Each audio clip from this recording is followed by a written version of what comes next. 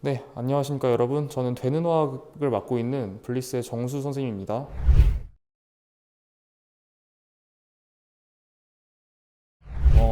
여기 되는 화학이라고 써 있는데 화학에서 여기 이제 화자라는 것이 뭐 불화자가 아니에요. 이제 될 화자라고 해가지고 실제 어떤 물질들이 반응을 해서 새로운 어떤 게 된다라고 해가지고 될 화자라는 이름을 써서 화학이라고 하는데 화학에서 배우는 것처럼 여러분들의 수험 생활도 잘 됐으면 좋겠다는 의미에서 제가 이번 화학 커리큘럼은 되는 화학이라고 이제 이름을 짓게 되었습니다.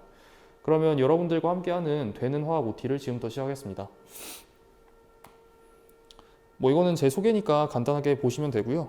뭐 넘어가겠습니다. 일단 뭐 연세대하고 고려대 화학 시험을 준비하는 방법에 대해서 먼저 좀 말씀을 드리고자 합니다. 저희 이제 설명회를 보시면 알겠지만 저희는 크게 베타학과하고 알파학과를 이용해서 학생들한테 이제 어떻게 준비를 해라 이렇게 지도를 드리고 있는데요. 실제 이제 베타학과를 보게 되면 연세대 같은 경우에 화학 비중이 상당히 낮은 그런 어떤 학과들도 존재하고요. 그리고 여기 보시는 것처럼 알파학과들, 즉 시험 과목이 두 과목인 학생들 같은 경우에는 이렇게 화학 비중이 좀 높은 경우도 있겠죠. 특히나 이제 바이오 쪽을 준비하시는 분들이나 아니면 화학과를 준비하시는 분들 같은 경우에는 이제 화학의 비중이 좀 높은 편에 속하게 되고요. 그래서 그 말은 뭐냐면 좀 열심히 잘 준비를 해주셔야 된다는 얘기고, 그리고 베타학과에 속해 있는 뭐 전기전자, 기계 뭐 이런 학과들 같은 경우에는 화학 비중이 10%, 20%로 굉장히 낮다는 것을 알 수 있습니다.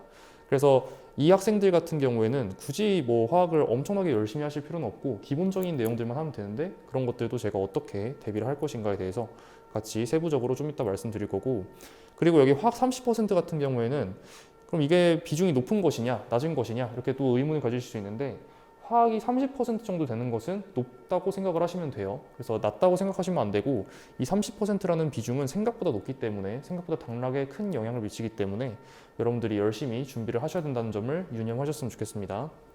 그래서 화학 비중이 정리하면 화학 비중이 높은 30% 이상의 학과들은 굉장히 열심히 화학을 준비를 하셔야 되고, 그리고 화학 비중이 낮은 10%, 20%에 해당하는 학과들은 조금 화학에 힘을 빼고 다른 과목들을 준비하셔야 되는데, 중요한 건 너무 버릴 생각을 하지 마시고 기본적인 것들은 챙겨가자라는 마인드로 공부를 하시면 되겠습니다. 자, 그래서 이제 그러면은 뭐 전형에 대한 소개는 끝났고요. 그 다음에 시험 과목에 대해서 같이 좀 보려고 하는데요. 연세대 같은 경우에는 화학 시험 과목에 대해서 출제 범위가 정확하게 지정되어 있지 않습니다. 그러니까 일반화학 전 범위라고 나와 있긴 한데, 사실 일반화학 전 범위라는 이 말 자체가 굉장히 애매해요. 왜냐하면 어떤 책에서는 이만큼을 일반화학으로 보고, 또 어떤 책에서는 이만큼을 일반화학으로 보고, 그 정도가 다 다르기 때문에 사실은 일반화학 전 범위라는 이 말 자체가 약간은 좀 애매한 구석이 있다. 그래서 연세대 화학 시험을 준비하기 위해서는 여러분들이 대학에서 사용하는 웬만한 일반화학 교재를 다 독파한다고 생각을 하고 공부를 하시는 게 맞고, 특히나 이제 연대 같은 경우에는 예년에 약간 옛날 문제들을 보면 이 옥스토비 일반화학이라는 굉장히 어려운 일반화학 책이 있습니다. 이 말은 일반화학이지만 이 책 같은 경우에는 실제로 전공화학도 좀 소개가 되어 있고요. 그래서 이 옥스토비 일반화학에서 나오고 있는 전공화, 뭐 예를 들면 양자역학이라든지 뭐 아니면 뒤에 나오는 여러 가지 심화 개념들을 묻기도 했고요. 그래서 그런 걸 봤을 때 연세대 화학시험에서 일반화학 전범위를 의미하는 것은 기본적으로 여러분들이 대학교 때 배우는 일반적인 내용들의 일반화도 마스터를 해야 되지만, 실제로는 옥스토비 일반화학에 등장하는 좀 어려운 심화된 내용까지도 같이 대비를 해야 완벽하게 준비할 수가 있다라고 말씀드리고 싶고요. 네, 넘어가겠습니다. 그래서 이제 그 다음으로는 연세대 출제 경향에 대해서 말씀을 드리겠습니다. 연세대 출제 경향 같은 경우에는 여기 뭐 이제 X축이랑 Y축을 이용해서 실제 어떠한, 그러니까 옥스토비 책을 기준으로 어떠한 단원에서 문제가 출제되었는지를 뭐 간단하게 정리한 표인데요. 뭐 고루고루 나오고 있다라고 생각을 하시면 될 것 같고요.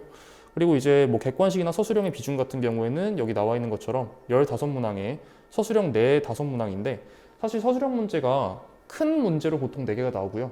그 안에서 이제 세부적으로 1, 2, 3, 1, 2, 3 이렇게 나오기 때문에 실제로는 12문제 정도라고 생각하시면 됩니다. 그러니까 새끼 문제라고 하죠, 우리가.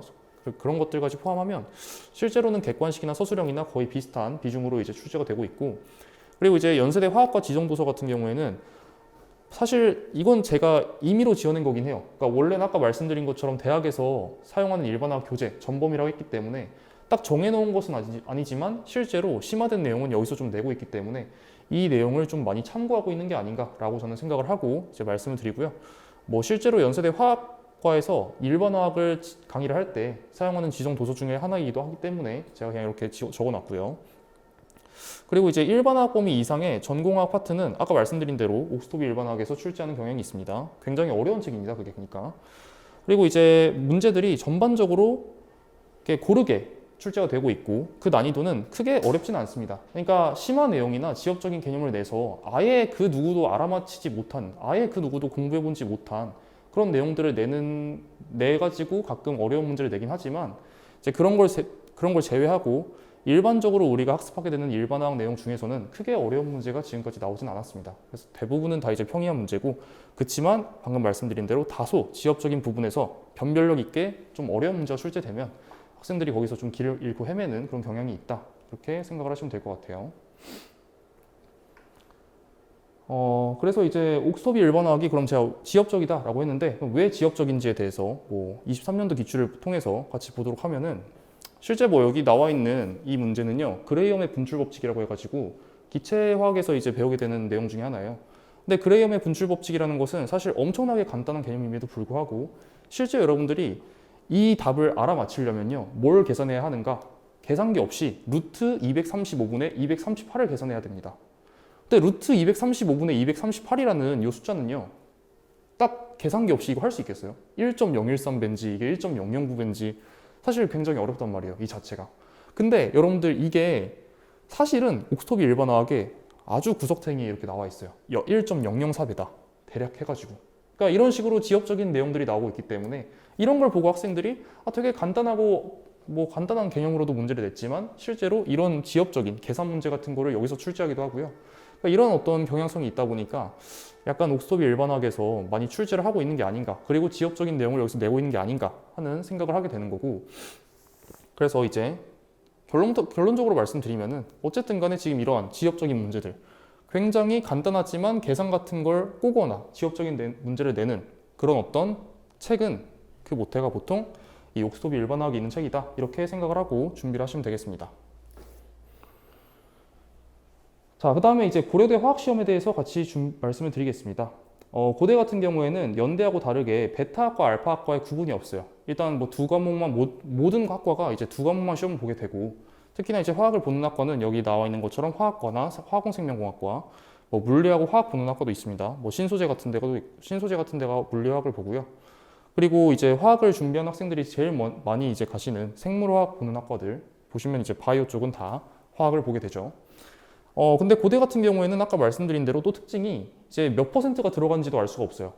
그러니까 굉장히 학과는 이제 연세대 같은 경우에는 어떤 학과는 화학이 10% 들어가요. 어떤 학과는 20% 들어가요. 이렇게 정해져 있지만 고대 같은 경우에는 그런 게 명시가 되어 있지 않기 때문에 사실상 그냥 반반씩 들어간다고 생각하는 게 가장 안전합니다. 그 말은 뭐냐? 그냥 열심히 하셔야 돼요. 정말 열심히 화학을 공부하셔야 되고, 자, 그리고 이제 고대 같은 경우에는 연대하고 좀 다르게 두루뭉술하진 않습니다. 참고 도서가 명백히 정해져 있어요. 준달의 일반화학이다 라고 나와 있는데요. 여기 이제 보이시는 이 책을 가지고 보통 출제를 한다 라고 생각을 하시면 돼요. 근데 고대 같은 경우에는 제가 드리고 싶은 말씀이 약간 고대 교수님들께는 죄송하지만 최근에 작년 기출문제나 이런 걸 보면 유기화학에서 좀 낼 때가 있는데요. 문제 자체를.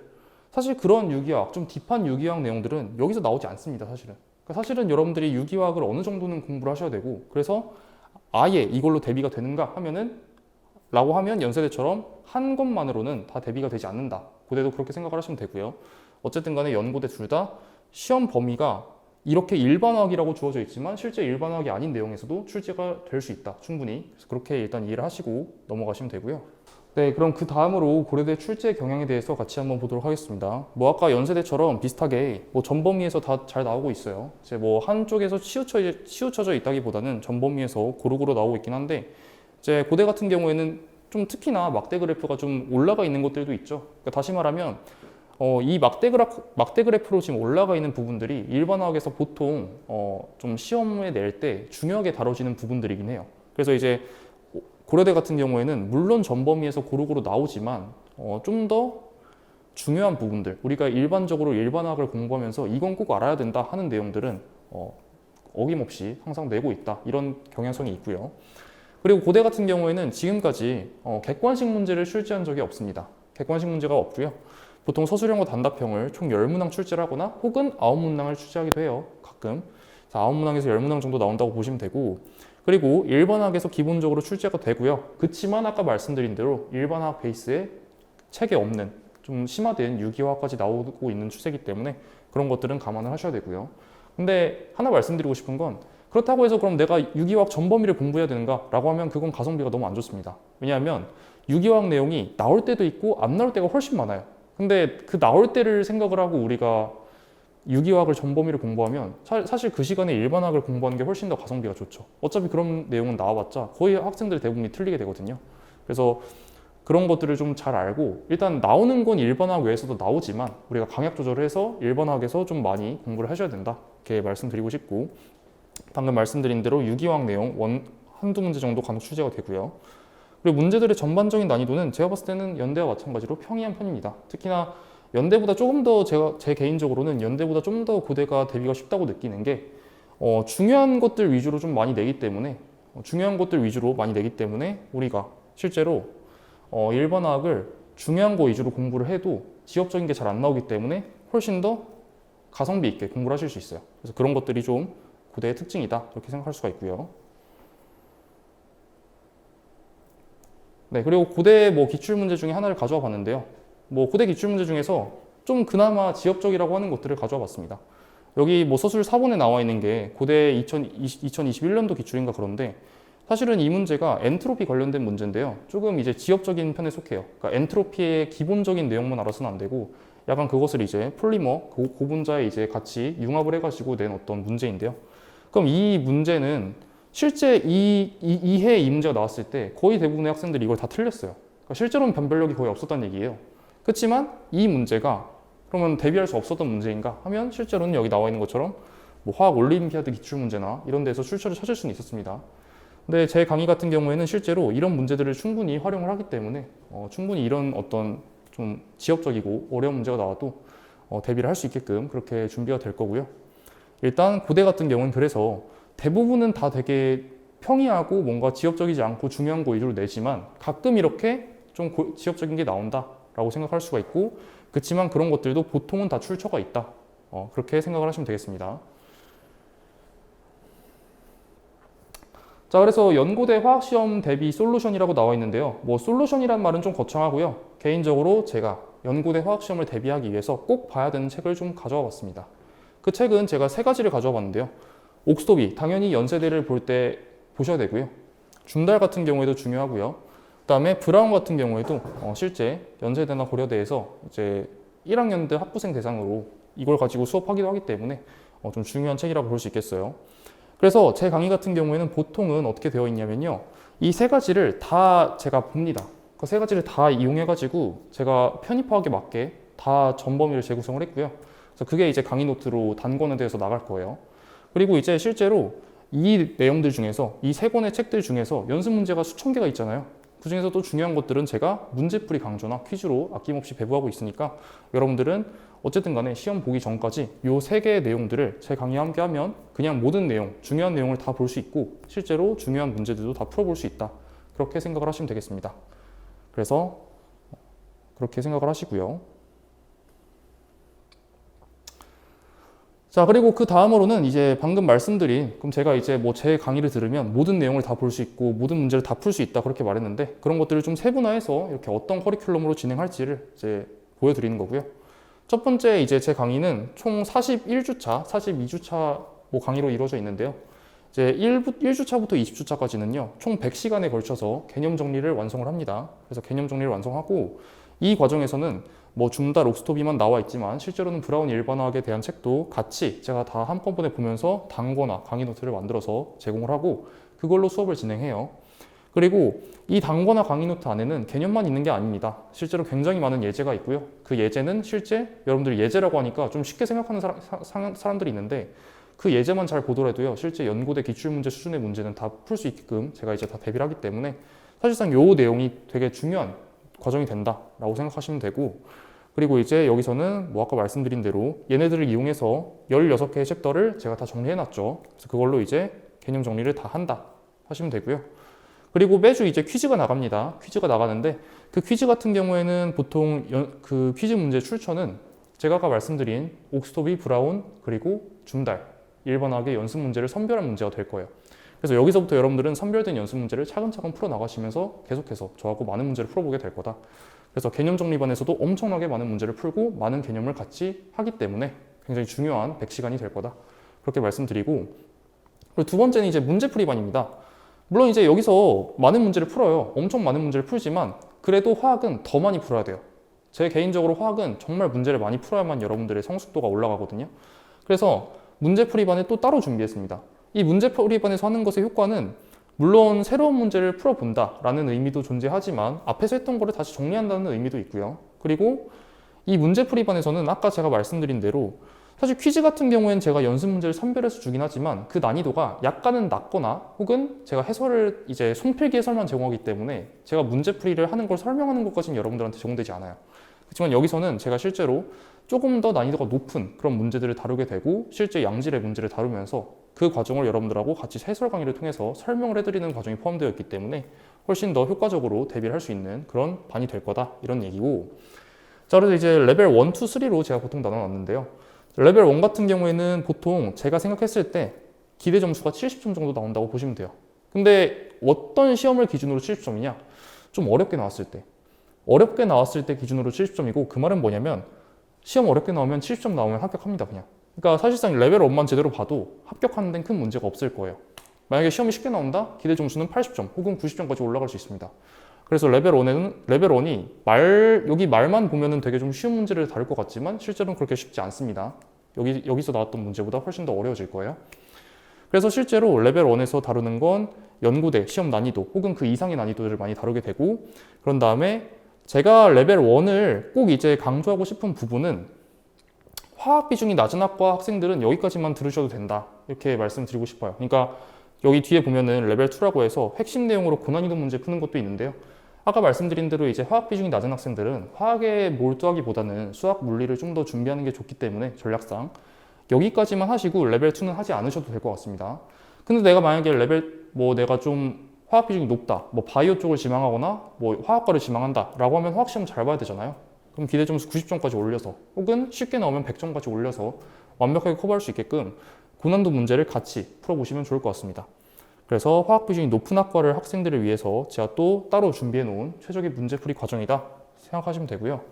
그리고 레벨 3 같은 경우에는 이제 100점 완성 플러스 MDT 기출문제로 되어 있는데, 레벨 3에서 하는 건 뭐냐면 여기 나와 있는 것처럼 연고대 기출문제 우리가 안 풀어볼 수 없잖아요. 그러니까 레벨 1, 2에서 하는 건 뭐냐면은 제가 연습 문제, 옥스톱이나 줌달이나 브라운 일반화학의 연습 문제를 선별해서 난이도에 맞게 분배를 한 것이고요. 이 레벨 3에서 다루게 되는 건 실제 우리 연고대 기출문제가 될 거예요.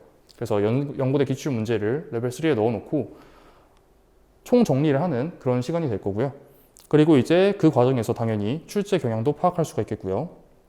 그리고 추가적으로 제가 레벨 3에서는요, MDT 기출 문제도 풀이를 합니다. 그 MDT 기출 문제는 보통 2005년도부터 한 2022년도까지 제가 전 개년을 다 풀어줄 거예요. 이 MDT 기출 문제는요, 사실 연고대 편입화학이랑 좀 맞지 않을 수도 있어요. 그러니까 무슨 말이냐면은 도움이 안 된다는 게 아니라 약간 경향이 다른 게, 연고대 화학 기출 문제는 아까 말씀드린 대로 난이도가 대체로 평이합니다.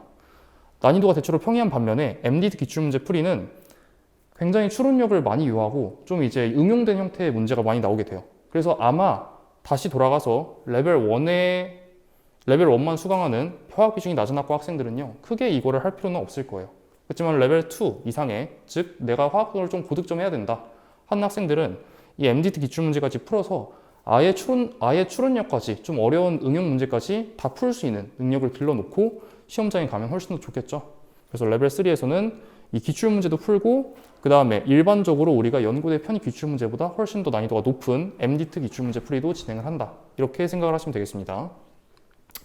자, 그리고 파이널 반에서는 이제 5주차 정도에 걸쳐서 연세대 유형 그리고 고려대 유형 10회씩 준비가 되어 있고요. 모의고사 20회 정도 제공할 겁니다.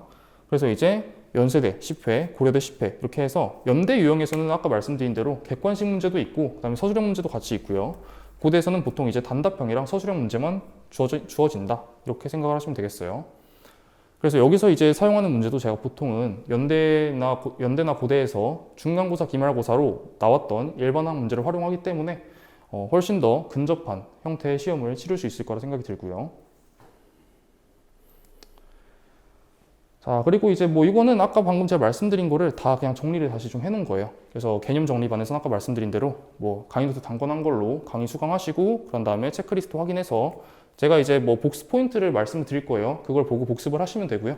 그런 다음에 주차별 퀴즈를 통해서 한 번 더 많은 문제를 풀어보고 내 실력을 점검한다. 그렇게 생각을 하시면 되고요. 자, 문제풀이반에서는 화학 비중이 많은 학생들은 아까 말씀드린 대로 레벨 1, 2, 3 다 하시고요. 화학 비중이 적은 학생들은 레벨 1 하고 레벨 3에 MDT 빼고 그냥 연고대 기출 문제만 들으세요. 그래서 그렇게 하시면 될 것 같고 그런 다음에 마찬가지로 체크리스트 똑같이 나가고 그 다음에 추가적으로 이 강의에 걸맞는 난이도의 문제가 또 퀴즈로 나갈 겁니다. 그래서 그때도 또 이제 이 퀴즈를 활용해서 내가 앞에서 풀었던 문제들이 잘 정립이 됐는지 내가 잘 지금 이 문제들을 푼 거를 잘 복습을 했는지 그런 것들을 잘 확인해 보시면 되고요. 마지막으로 파이널반에서는 아까 말씀드린 대로 연세대 유형과 고려대 유형 10회, 10회씩 나눠서 총 20회 진행하고요. 그런 다음에 이걸 토대로 뭐 앞에서 했던 강의 노트 복습하고 그러니까 전범위 모의고사이기 때문에 내가 뭐가 부족한지 이런 것들을 알 수 있겠죠. 그래서 여기서 부족하게 나왔던 것들을 토대로 해서 다시 앞으로 돌아가서 내가 뭐가 부족한지를 다시 보고 그리고 오답노트 정리해가지고 실제로 과거에 했던 모든 과정들을 다 여기서 전범위 모의고사를 통해서 복습한다. 이렇게 생각하시면 되겠어요. 네, 그래서 되는 화학 OT는 여기까지 해서 마무리하도록 하겠고요.